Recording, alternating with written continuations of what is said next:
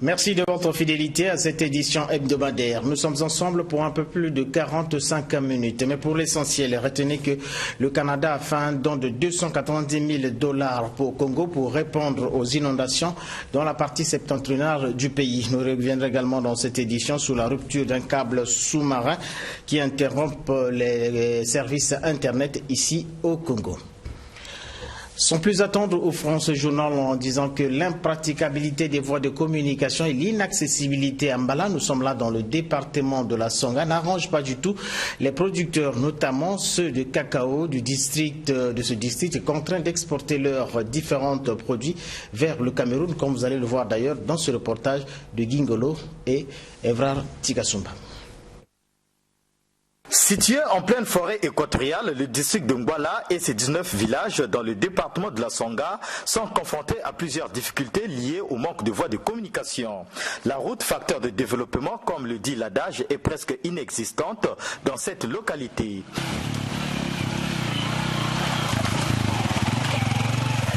Cet enclavement ne permet pas aux populations de se rendre librement dans d'autres localités et à écouler leur production. Les producteurs de cacao ont été abandonnés à eux-mêmes.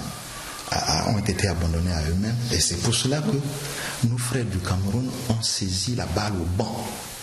Et aujourd'hui, les producteurs de cacao sont sous la coupe de nos frères du Cameroun au niveau de Mulundu. Toute la production cacaoère estimée en des milliers de tonnes sont exportées en direction du Cameroun. Or, le Cameroun est parmi, en Afrique, les pays producteurs du cacao. Lorsqu'ils exportent, ils mettent le label du Cameroun. Ils ne mettent pas le label du Congo. L'inaccessibilité de cette localité date de plusieurs années. Les véhicules y arrivent difficilement ou presque plus. Cette ambulance, dont de la Fondation Génération Avenir, n'est qu'un monument du fait qu'elle peut se mouvoir faute de route digne de son nom. L'évacuation des malades se fait par moto. Depuis la fermeture de l'OCC et l'OCV, deux entités qui leur apportaient de l'expertise et de l'assistance technique sur la production cacaoyère, estimée à des milliers de tonnes, sont exportées vers le Cameroun. Parce que nous avions des sérieuses difficultés d'acheminement, d'évacuation, parce que nous n'avions pas de route. Nous n'avions pas de route. Donc c'est ce qui explique l'enclavement des peines que traversent nos populations. Ces producteurs de cacao, ne maîtrisant pas les techniques de culture et qui sont peu organisés, sont abandonnés à leur triste sort.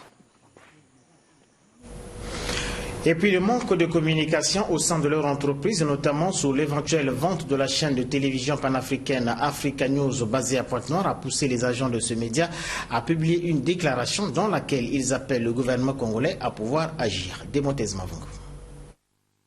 Africa News, branche africaine du groupe Euronews NBC, installée au Congo depuis 2016, connaît quelques problèmes dans les rapports tutelle et personnels. Ce lundi 13 janvier 2020, sur décision de l'Assemblée générale des agents de cette chaîne panafricaine, il a été relevé quelques points de discorde entre le personnel et le directoire. Une nébuleuse sur l'éventuelle vente de cet organe de presse. Voulant mettre au parfum les autorités de la République du Congo, la presse congolaise a été saisie pour ce point de presse. Il y a 6 mois environ, nous avons appris par voie de presse que la chaîne a été vendue par le principal actionnaire qui est Euronews NBC. Après cette fuite, le président du directoire, Michael Peters, a convoqué une réunion en visioconférence à l'effet de nous rassurer sur notre avenir. C'était au mois de juillet.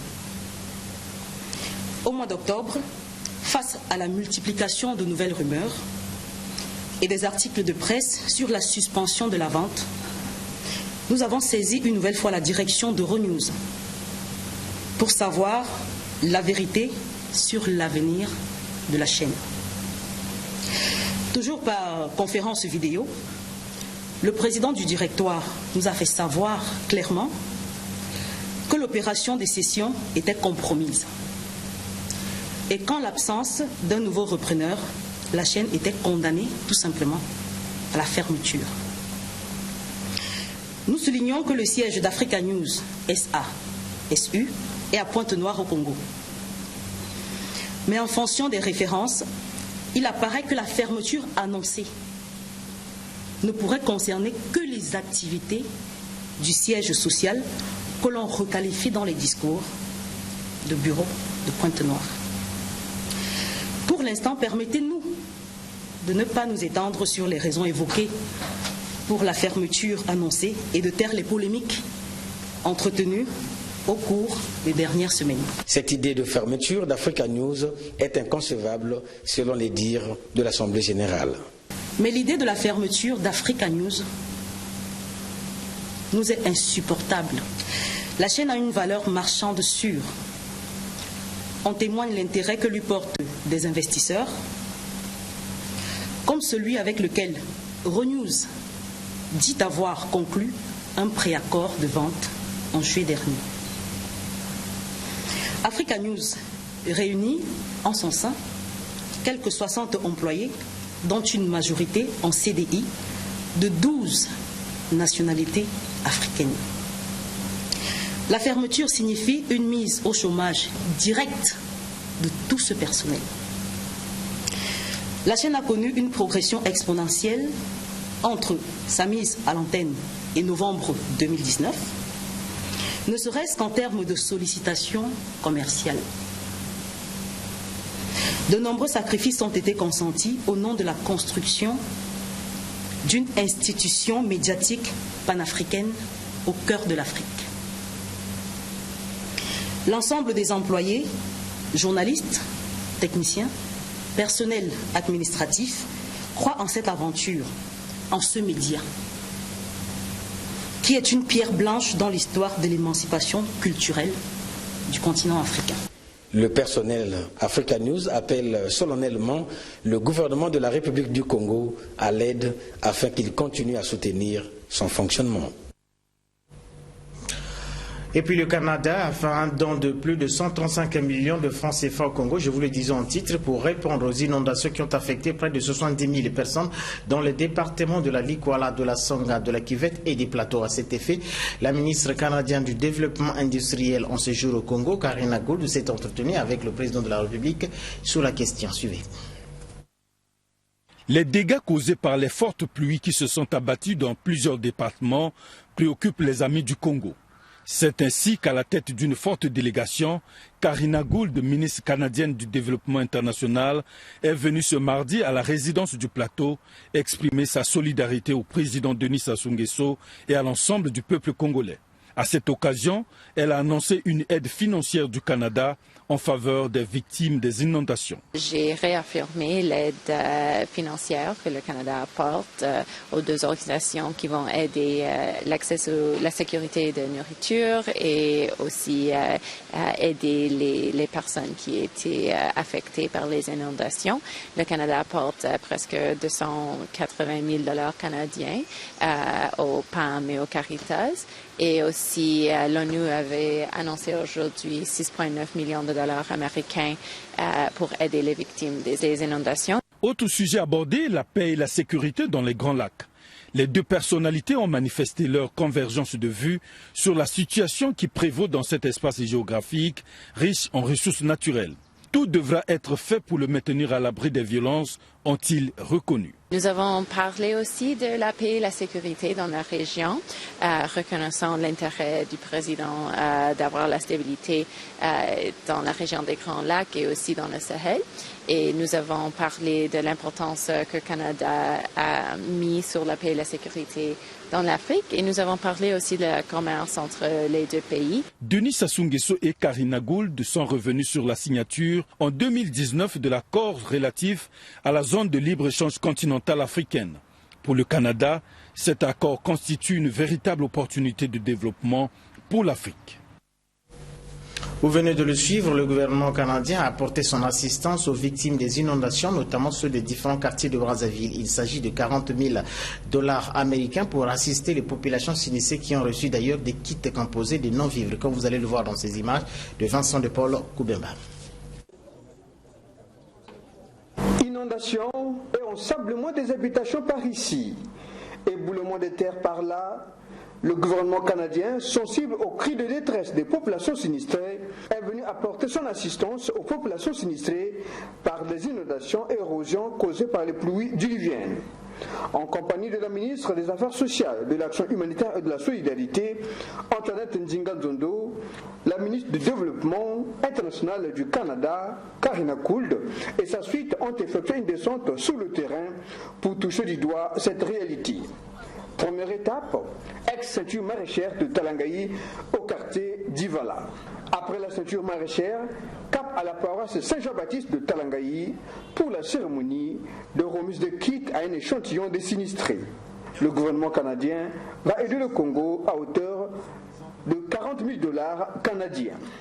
Je suis heureuse de vous annoncer que le Canada versera 250 000 $ au Programme alimentaire mondial des Nations Unies pour venir en aide aux collectivités touchées. Ce financement s'ajoute à l'allocation récente de 6,9 millions de $ US par le Fonds central d'intervention d'urgence des Nations Unies, dont le Canada est un des plus grands donateurs. C'est une enveloppe qui sera gérée par le PAM et la Caritas. Le PAM a déjà sa vision, a précisé Jean-Martin Bauer. Alors très concrètement, c'est un système qui est organisé pour éviter la fraude dans la mesure où on vérifie l'identité de chaque récipiendaire de carte. Les bénéficiaires de l'opération étaient identifiés par les équipes du PAM et des Nations Unies sur le terrain. Ces listes ont été mises dans une base de données. Chaque personne dans la base de données reçoit une carte. Et cette carte, elle a un montant de 10 800 francs CFA par mois qui est crédité sur la carte. Cette carte est utilisée au niveau de boutiques qui ont été spécialement identifiées par le PAM et qui sont dotées d'un matériel qui permet de lire la carte et de faire la transaction au niveau du magasin. Nous avons aussi un numéro, le 1113. Si jamais un bénéficiaire a besoin de plus d'explications ou a un commentaire, il peut appeler le 1113. La Caritas va aider 600 familles, a souligné le secrétaire général de la Caritas. Nous avons fait des focus group pour bien apprécier les besoins des populations sinistrées et nous avons demandé un échantillon pour Talanga et Ouenze. Et l'opération va toucher d'autres arrondissements comme Makelekele, la zone de la Canaf, va toucher Mfilou et Djiri. Mais c'est autour de 500 à 600 ménages. Pour donner le top de la remise, les ministres Karina Gould et Antoinette Nzinga-Nzondo ont tour à tour remis les kits à l'archevêque qui les a ensuite transmis aux bénéficiaires. Depuis le mois d'avril 2019, le PAM a déjà apporté une assistance alimentaire d'urgence à plus de 80 000 personnes dans la Likwala et la Cuvette et vient de consolider son plan de réponse sur le court et moyen terme. Merci a été le maître mot formulé par les bénéficiaires. Et puis le comité scientifique de la rumba congolaise s'active pour faire inscrire ce genre de musique comme patrimoine mondial immatériel à l'UNESCO. Les membres de ce comité ont d'ailleurs échangé sur la question avec le ministre de la Culture et des Arts pour lui faire part de l'avancement de ce projet, comme nous le dit Arnaud Nsanza dans ce reportage. La rumba congolaise sera bientôt inscrite comme patrimoine mondial immatériel. Une commission nationale scientifique est en train d'accélérer le travail là-dessus pour remettre le dossier à l'UNESCO. Le travail est très technique et ça demande du temps. Le dossier, lui, il est pour le Malébo, c'est-à-dire concerne les deux pays, le Congo-Brazzaville et la République démocratique du Congo. La rencontre avec le patron de la culture et des arts ce mardi, c'était pour lui présenter justement le niveau d'avancement du travail déjà abattu. Dieudonné Moyongo a donné les directives fermes aux membres du comité en tant que scientifiques et techniciens pour la réalisation de ce projet porteur au bénéfice de la musique africaine dans un délai raisonnable. Mais tout ceci, pour quel avantage et pour quel intérêt ? Ça permet pour nos pays d'avoir une plus grande visibilité, à la fois au plan culturel, mais au plan touristique, voire économique. Vous savez, le président Mitterrand disait, avec raison, que la première des politiques dans un pays, c'est la politique culturelle. Et cette inscription de la rumba au patrimoine universel peut booster le reste des secteurs de développement du pays. Parmi les critères d'inscription, il faut démontrer que la rumba est susceptible d'être inscrite dans le répertoire mondial par rapport à son audience. La rumba est un patrimoine du Pulmalebo, un produit qui a évolué par la créativité. Il ne s'agit pas ici de disputer sur l'origine de la rumba, c'est une question de détail. A renchéri, Fumu, Difwa, Dissassa. Au patrimoine mondial. Les 990 élèves de l'école primaire Volonté Populaire, nous sommes là à Talanga, dont une partie a été emportée par une raison, peuvent enfin renouer avec le chemin de l'école. Leur scolarité ne sera plus perturbée, ceci grâce aux députés de la circonscription, comme vous allez le voir dans ces images. 910 écoliers de l'école primaire Volonté Populaire dans l'arrondissement 6 Talangaï sont à la maison depuis une semaine. Et pour cause, une grande partie du bâtiment qui abrite cet établissement scolaire public s'est englouti dans ce gouffre provoqué par les inondations. Face à cette situation qui perturbe l'année scolaire de ces écoliers, les initiatives sont prises ça et là. Le directeur départemental de l'enseignement primaire, secondaire et de l'alphabétisation, Charles Awassa, accompagné du député de la 4e circonscription électorale de Talangaï, Faustin Elenga, est descendu sur le terrain pour parer au plus pressé. Faustin Elenga pense que pour l'heure, la solution c'est la délocalisation de ces écoliers afin qu'ils reprennent avec le chemin de l'école dès ce lundi. Ensemble avec le ministère de l'enseignement, avec le chef de quartier, nous allons délocaliser, donc prendre ces élèves-là pour les amener, ces écoliers, les amener au bâtiment que nous avons construit, bien que nous ne l'avons pas encore achevé.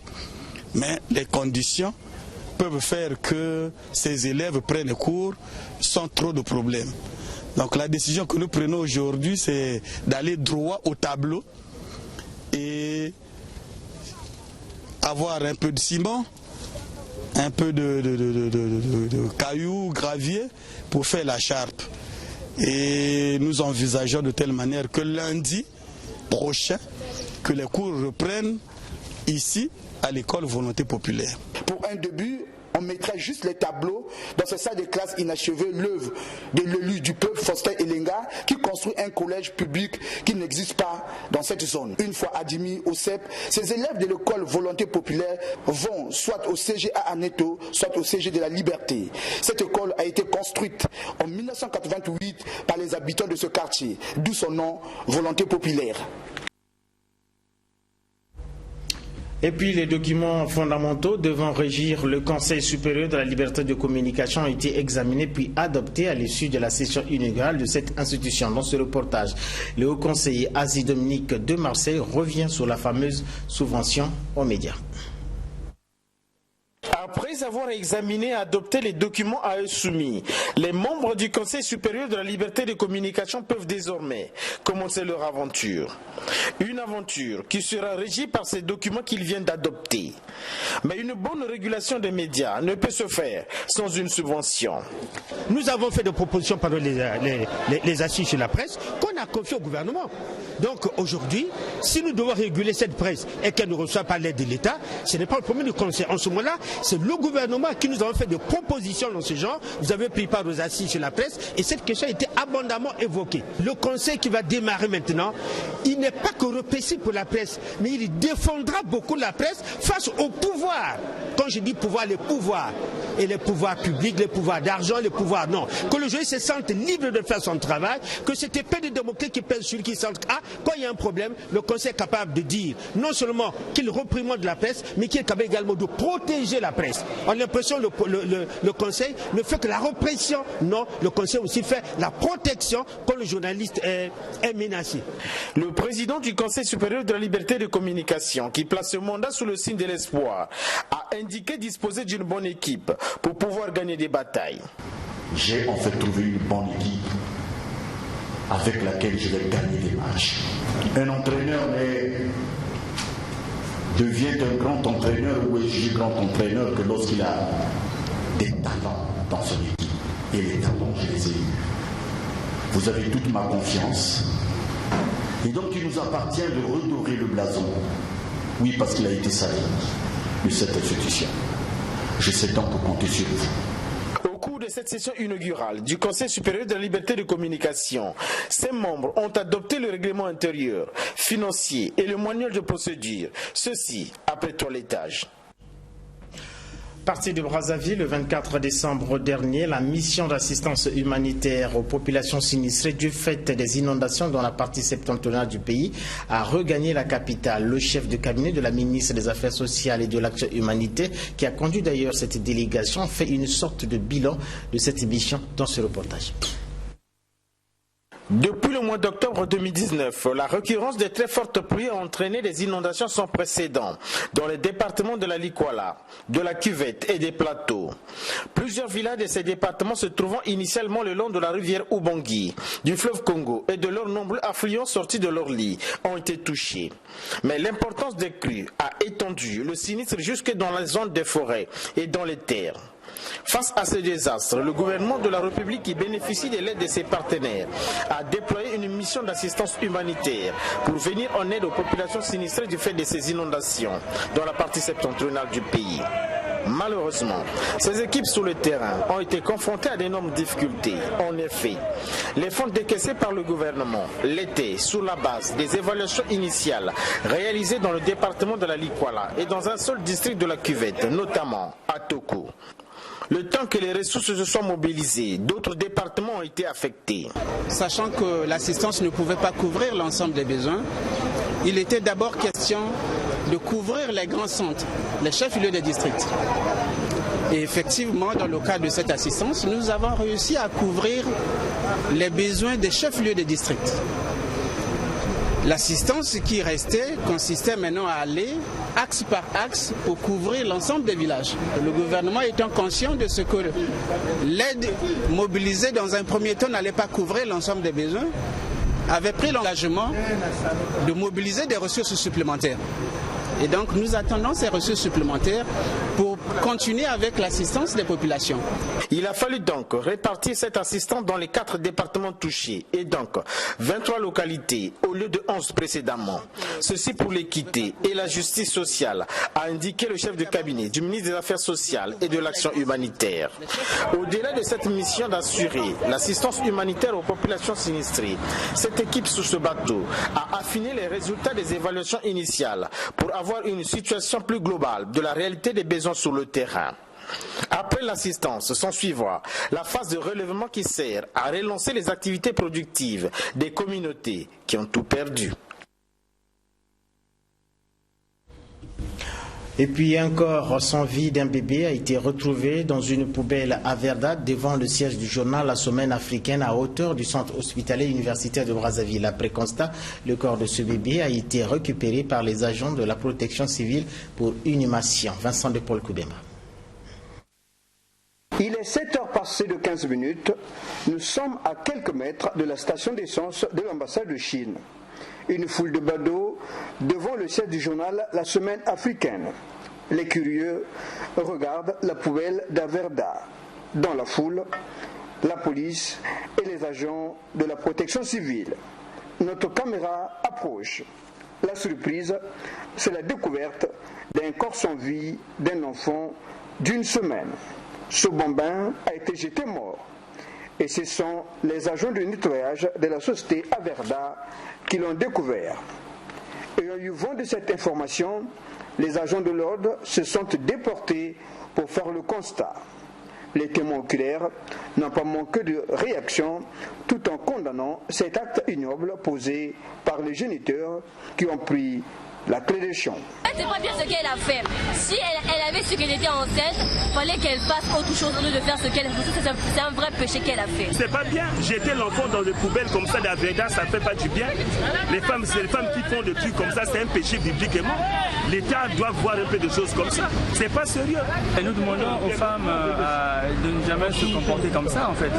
Si on trouve qu'on est incapable de gérer l'enfant, on voit le service social, il y a un service qui est social et qui peut prendre en charge l'enfant. Après constat, le corps de ce bambin a été récupéré par les agents de la protection civile pour inhumation. Une enquête a été ouverte afin d'établir les responsabilités. Après l'Institut français du Congo, ici à Brazzaville, le film Sous le dernier des Bantous de la capitale a été projeté à l'Institut français du Congo de Pointe-Noire. Le point dans ce reportage de Jean-Pierre Février. Des 8 pauvres Bantous à la création de l'orchestre en 1959 n'est resté en vie qu'Edo Nganga, le patriarche de la rumba congolaise des 2 rives du fleuve du Congo. Le dernier des Bantous devient la coqueluche d'une république au soir de sa carrière, faisant éblouir les mélomanes des salles culturelles de Brazzaville et Pointe-Noire pour suivre le pathétique film documentaire conçu à son honneur, retraçant la trame du parcours musical de ce musicien hors pair, le dernier Bantou. Film documentaire tourné en une année, mise en scène par Paul Sonimbenga, directeur général de DIRTV HD, et ses co-réalisateurs félicités par le bénéficiaire, faisant d'eux les membres de sa seconde famille biologique. Et ça, je félicite la direction. Aidez-nous à lutter et nous persévérons. Sinon, nous allons partir comme ça avec...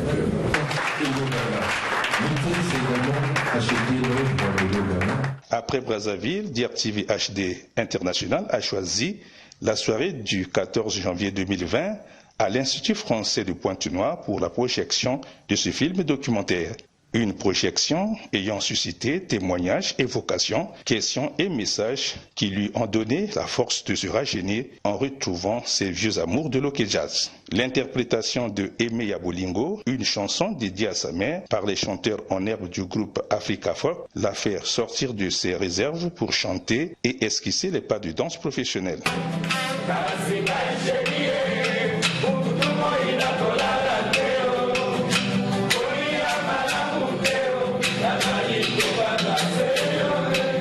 À l'actif des idoles du patriarche, Aimé Niali Mambou. Ça me fait plaisir de le voir parce que c'est un peu notre jeunesse. Quand on voit les Bantous, enfin c'est le dernier d'ailleurs des Bantous. C'est le des derniers, oui, c'est ceux de la vieille équipe, l'ancienne équipe. La première équipe, je crois qu'il ne reste plus que lui. Hein. Donc ça fait plaisir de le voir. Et c'est des contemporains, c'est des gens qui ont pas tout le même âge que nous. Enfin, ça nous fait plaisir de nous retrouver entre nous. Loin d'un fonds de commerce qu'elle voudrait faire au dos du patriarche Edo Nganga, DIRTV HD International n'a pris qu'une initiative salutaire pour faire valoir la condition du musicien congolais et sécuriser ses droits d'auteur méconnus à la fin de sa carrière.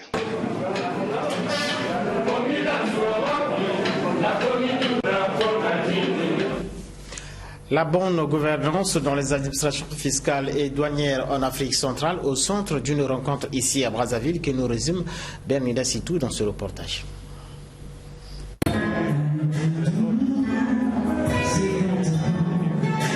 La lutte contre la corruption et la fraude, le respect de l'éthique et de la déontologie, la transparence, la redevabilité sont parmi les bonnes pratiques que devront adopter de façon continue les administrations fiscales et douanières des pays de l'Afrique centrale.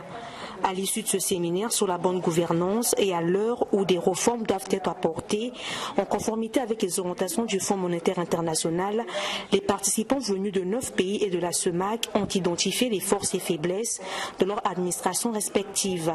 Ils ont convenu de ce qui suit. S'agissant de l'administration douanière, les participants ont pris la mesure du rôle essentiel que joue dans nos administrations un personnel compétent, professionnel et intègre, affirmant ainsi la nécessité urgente de moderniser en profondeur la gestion des ressources humaines dans un processus de gestion prévisionnelle des effectifs, des métiers et des compétences.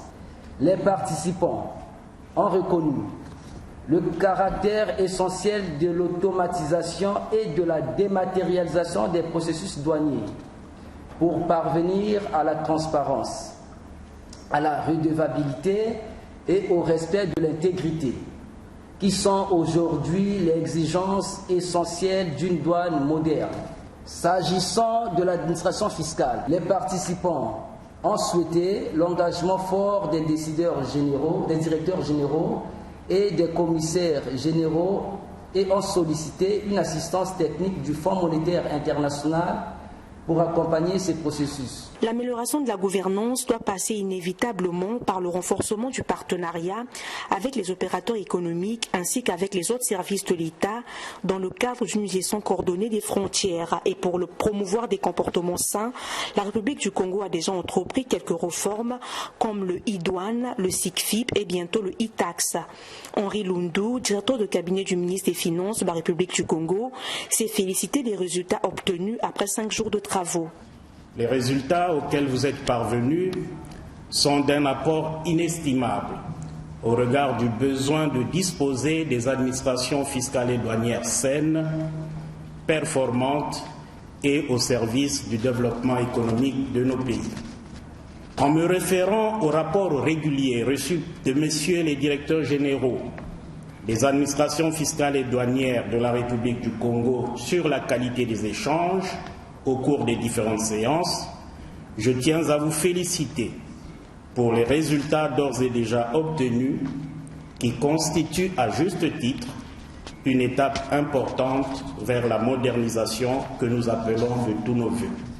Organisé par le Centre régional d'assistance technique du FMI pour l'Afrique centrale et le département des finances publiques du FMI, ce séminaire a permis d'identifier les conditions d'une meilleure gouvernance dans les administrations fiscales et douanières des pays de l'Afrique centrale. C'est une triste réalité que vivent ceux qui habitent le quartier Lombo. Nous sommes là dans le 7e arrondissement de Brazzaville. Et pourquoi vous posez d'ailleurs la question? Eh bien, le sable drainé par les eaux de pluie depuis la hauteur du quartier Itiali, pour ceux qui connaissaient bien Brazzaville, a englouti plusieurs habitations. Conséquence, nombreux ont préféré quitter ce quartier. Toutefois, des engins du génie militaire sur le terrain essaient de désensabler les ruelles pour éviter que le camp militaire GPC ne puisse à son tour être englouti. Jusqu'à Paou. Beaucoup dans ce quartier Lombre, nous sommes à la base, ont abandonné leur domicile. L'ensablement dicte depuis quelques années déjà sa loi. En fait, ça me fait très mal quand je vois comme ça. Regarde le quartier déjà. Vous constatez que la population a envahi déjà le quartier. Les gens sont en train de quitter le lieu pour aller louer encore ailleurs. Au moment où c'est leur parcelle proprement. Mais regarde, l'État doit venir en aide. Des pâtés de maisons envahis par le sable. Des murs de clôture sur le point de céder. Dans le quartier, certains ne manquent pas d'ironiser en débaptisant leur quartier la carrière de sable de l'ombre. Là, des monticules de sable qui ont fait disparaître l'avenue Ngamaba, du moins par ici.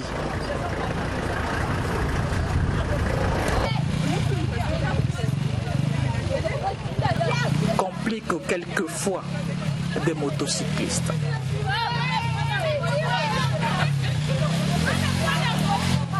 J'habite vers Comus. Je vois pour aller contourner encore l'aéroport derrière là, vraiment ça va me consommer du temps et le carburant. L'ensablement qui avait touché ce quartier Lombre a depuis traversé l'avenue et le camp GPC est depuis dans le viseur de l'envahisseur. Depuis le samedi, les engins du génie militaire sont entrés en action pour désensabler les ruelles et faire garder encore quelques espoirs.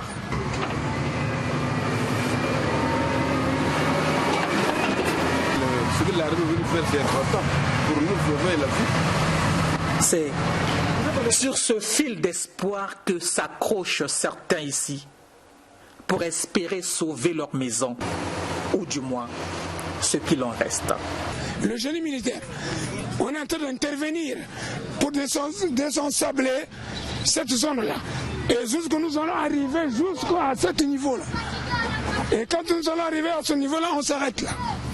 Mais tout le monde le sait, que ce travail n'est que palliatif, pas vraiment définitif. Et les inquiétudes des uns et des autres ici restent toujours d'actualité.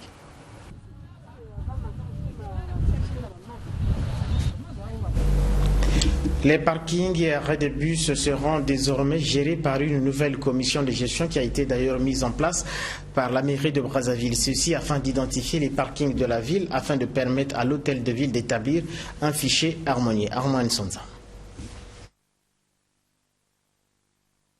Les parkings et arrêts de bus sont très mal gérés par les tenanciers de Brazzaville. Trop de désordre, trop de vols, trop de fuites des capitaux.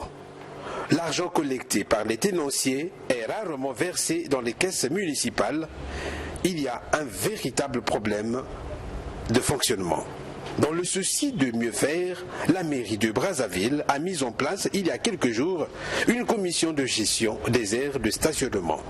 Cette commission de 6 membres aura la mission principale de procéder premièrement à l'identification des parkings pour permettre à la mairie de produire un fichier légal. Ensuite, procéder au recouvrement des capitaux. Une décision qui est ici saluée par les tenanciers des parkings. Nous sommes très ravis pour l'intersyndical, vu par rapport à l'organisation. Là, nous sommes ravis. Au début, auparavant, il y avait trop de la pagaille. Actuellement, comme nous avons eu des responsables qui sont en train de nous diriger, donc j'espère qu'on peut bien travailler ensemble. On a trop déjà de problèmes avec les autres, mais quand même, ce qu'on a attendu là-bas, c'est bon, vraiment, on est trop correct de ça. Si ça va marcher comme ça, vraiment, on sera trop bien, vraiment. Ce qui est là, c'est qu'on veut qu'on soit à la paix. On est au 2020, on veut travailler avec le collectif tranquillement, sans problème. C'est une mission qui est difficile, mais on est habitué. Oui, on est très habitué pour ça. Tel que moi, quand je suis là, je suis la chef du parking là-bas de la mairie de Chilou à Total. Je suis la présidente là-bas. Moi, je suis très habitué là-bas parce que c'est moi qui avais l'habitude de venir verser l'argent à la mairie. Pour ça, ça semble vraiment être facile. Plus de guéguerre dans les parkings, tous doivent parler un même langage désormais. Tous les tenanciers doivent maintenant travailler en harmonie dans le fair play. Les indisciplinés seront sévèrement sanctionnés, ont ajouté le président de l'intersyndicale et le secrétaire général de la FESI-PTC qui ont promis tout mettre en œuvre pour soutenir la nouvelle commission de gestion des parkings.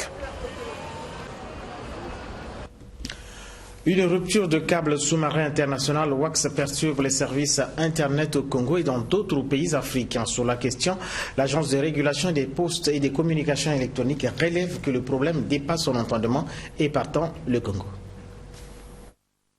Une panne géante d'Internet causée par la coupure du câble WAX au niveau de Londres frappe une dizaine de pays de l'Afrique subsaharienne, notamment le Congo, où de nombreuses sociétés dépendantes d'Internet ont vu leurs services paralysés. Il s'agit notamment des banques durement frappées jeudi par cette coupure, mais aussi les opérateurs de téléphonie mobile, le cas de MTN qui a vu ses services Mobile Money et autres inopérationnels. Le consortium WAX jusque-là n'a pas encore communiqué. Au Congo, la qualité des services Internet sont dégradés et les opérateurs de téléphonie mobile s'attellent à trouver des solutions alternatives. Ce qui se passe est un phénomène qui est extrêmement rare. Retenez-le bien. Hier, les centres de supervision du réseau WAX n'ont donné aucune information parce qu'eux-mêmes ils ne comprenaient pas, parce qu'eux-mêmes ils n'avaient pas accès à l'information. Quand vous perdez la supervision de vos réseaux, vous ne pouvez plus dire que le problème se passe ici ou ailleurs parce que vous n'avez plus de visibilité. Vous voyez, quand un avion est en train de quitter Brazzaville pour aller en Chine, au Brésil ou à Paris par exemple, il est supervisé, il est monitoré, on sait dire où se trouve l'avion. Mais lorsque on perd la supervision, donc le monitoring de l'avion, on va vous dire où est l'avion, vous ne pouvez pas vous dire, vous ne pouvez pas savoir où est l'avion. Et si on vous dit que l'avion n'est plus visible, alors soit il a une panne, soit il a eu un crash, soit quelqu'un a tiré dessus, on ne sait pas. Généralement, c'est après qu'on peut investiguer, qu'on se rend compte qu'il y avait tel problème, l'avion était dans tel endroit. Donc, le fait de ne pas avoir la supervision a créé la précarité pour beaucoup dans les différentes explications assez confuses de la journée d'hier. Voilà pourquoi, en tant qu'autorité de population, nous ne pouvions pas parler quand on n'a pas d'informations précises. Et même aujourd'hui, je vous parle beaucoup de commissionnaires. Mais aujourd'hui, au moins, on sait ce qui est sûr, c'est que tous les pays de la côte se sont touchés, chacun à différents niveaux, tous sont touchés. Absolument tous. Et que tous sont en train de trouver des routes de débordement. Alors la particularité des routes de débordement, c'est que quand tous les axes principaux sont bouchés et qu'il y a une route, vous savez quoi, ce qui se passe, c'est que tout le monde utilise la route. C'est ce qui se passe actuellement. Donc il y a une forte surcharge. il y a eu une très forte surcharge sur les routes, les réseaux qui n'ont pas été touchés, il y a eu une très forte congestion sur les réseaux qui n'ont pas été touchés. Mais tout le monde se bat maintenant pour aller sur les routes qui n'ont pas été touchées encore. Mais les deux cas de sous-marins wax et ça va tomber le même jour, c'est vraiment quelque chose de très très rare. Selon les dires de Yves Castanou, cette situation pourrait prendre 3 à 4 semaines. L'administrateur maire de Makelekele est descendu à Mukunzimpwaka pour sensibiliser les populations de ce quartier retenu pour le projet de développement urbain des quartiers précaires sous le début imminent des travaux d'assainissement. Théodore Balossa.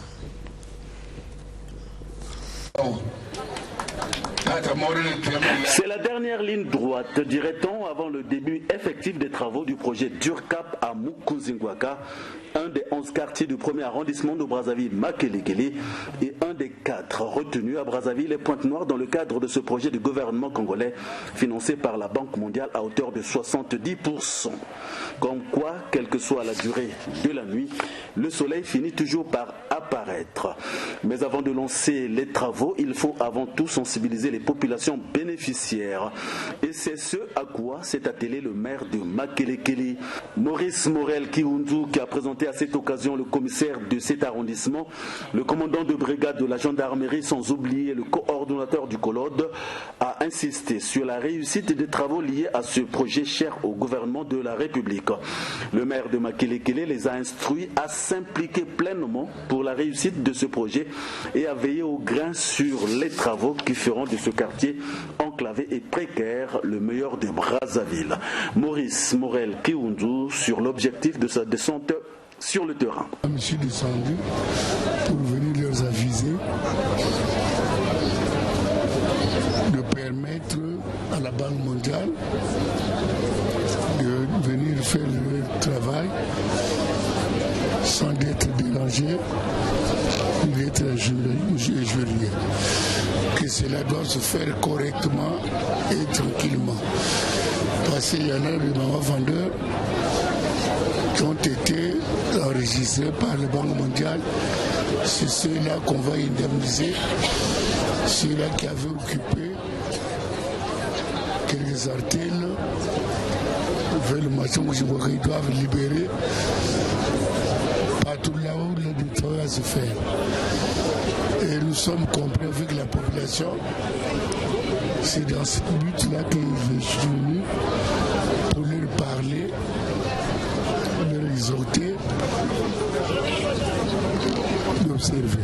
Rappelons qu'avant le début effectif des travaux, les commerçants recensés exerçant sur les ruelles et avenues retenues à pavé seront au préalable indemnisés avant de libérer les lieux, a martelé le 17e maire de Makelekele qui a parlé de la métamorphose du quartier Mukunzimpwaka à la fin des travaux qui dureront 4 voire 5 ans.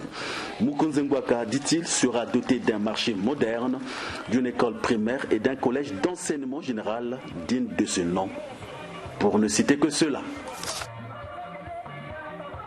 Et puisque nous parlons des quartiers, disons que certains quartiers de Brazzaville sont menacés par des érosions. Et pour constater de visu cette triste réalité sur le terrain, une délégation des députés a fait la ronde de Brazzaville et de l'ensablement au quartier L'Ombre, que vous venez d'ailleurs de voir dans ce journal, à la région du quartier Domaine. Les images, elles dit, sont impressionnantes, comme vous allez le voir dans ce reportage de Giscard Mahongo.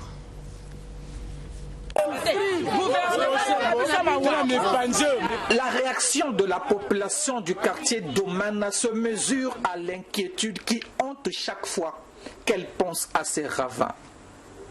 Le quartier a des têtes d'érosion et la délégation multisectorielle conduite par le président de la commission économie, finances et contrôle de l'exécution budgétaire a voulu aussi voir par elle-même et se faire véritablement une idée. Déjà, dans l'amphithéâtre du lycée scientifique de Massengo, Maurice Mavungu veut rassurer. Nous sommes sensibles à cela et nous pensons que le gouvernement, en toute responsabilité, va procéder au traitement des érosions, parce qu'il s'agit des érosions. Dans ce pays, nous avons déjà traité les érosions. Donc ce n'est pas une calamité. Dans ce pays, nous avons déjà réglé ce genre de problème. Donc nous demandons à nos concitoyens si présents, de compter sur les autorités nationales. Le périple a en réalité commencé au quartier Moroumi. Ici au quartier Lambre, le spectacle est ahurissant. Plusieurs maisons englouties complètement dans du sable. Sous cette terre, devenue terrain de football, il y a des maisons. Ce n'est pas un terrain de football. Sans encore que c'est des poteaux que j'avais mis pendant la période des vacances pour que les jeunes éventuellement se retrouvent. Sinon que là où nous voyons le terrain, là, en dessous là, il y a des maisons. Non. Oui, en dessous là, il y a des maisons. C'est comme ça jusque là-bas. Toute cette zone-là, il y a des maisons qui sont là. Le problème vient de ces auteurs du quartier Itiali. Ce gros ravin qui draine le sable lors des pluies pour aller engloutir les contrebas. Le quartier Lambre par exemple. Après le quartier Itiali, le quartier Domaine où des érosions inquiètent et le lycée scientifique de Massengo est dans la trajectoire du ravin. L'action entreprise veut être une synergie avec le gouvernement pour que les solutions soient trouvées. On est venu constater. Question pour nous d'être en harmonie avec nos populations qui sont en difficulté suite à ce phénomène naturel. En tant que parlementaire, pour ne pas rester indifférent, il faut manifester notre solidarité, notre compassion, notre sympathie. Ensuite, il est question pour nous, dans un jeu de rôle, de jouer notre rôle pour être en synergie avec le gouvernement, de telle sorte que très rapidement, on peut trouver la solution durable et efficace. C'est à nous de booster le gouvernement, de faire en sorte qu'on trouve les moyens. Cette délégation des députés a promis aussi de descendre à l'intérieur du pays pour le même objectif, dans leur agenda, entre autres localités, Kinkala et Pointe-Noire. Vous l'avez vu dans ces images de Giscard Maungou, 2 écoles sont directement menacées par des érosions et pourraient disparaître si l'on y prenait garde. Il s'agit de l'école primaire d'Itiali et le lycée scientifique de Massengo. L'érosion de Yingapata a déjà ravalé près d'une centaine de maisons et semble ne pas arrêter sa funeste entreprise si l'on y agissait. Mais nous vivons ce phénomène avec beaucoup de stress parce que chaque jour, c'est les populations qui viennent qui sont en détresse. Puis l'érosion, nous avons recensé près de 94 ménages pour 514 personnes qui sont en détresse ici à Italie. Déjà, une tête d'érosion est à la porte de cette école primaire publique, la seule école primaire publique du quartier. Si l'école primaire d'Itiali est touchée, ceux de la zone qui la fréquentent devront parcourir de longues distances pour retrouver encore une école publique. L'école Italie publique est en détresse et en danger. Vous avez vu tout à l'heure vous-même les images. Nous sommes à près de 10 mètres seulement de l'érosion. Alors si on ne prend pas garde en ce moment-là, l'école va partir. Parce que c'est l'unique école que nous avons partant de Mazala jusqu'à Kasbarni. Et elle aujourd'hui a une population de près de 3000 élèves, les 2 vagues. Autre école menacée de disparition, si l'on y prenait garde, le lycée scientifique de Massengo, des têtes d'érosion, ont posé leurs tentacules et qui font craindre le pire à ce joyau, inauguré il y a bientôt 5 ans, mais surtout à ces pensionnés comme Elvina.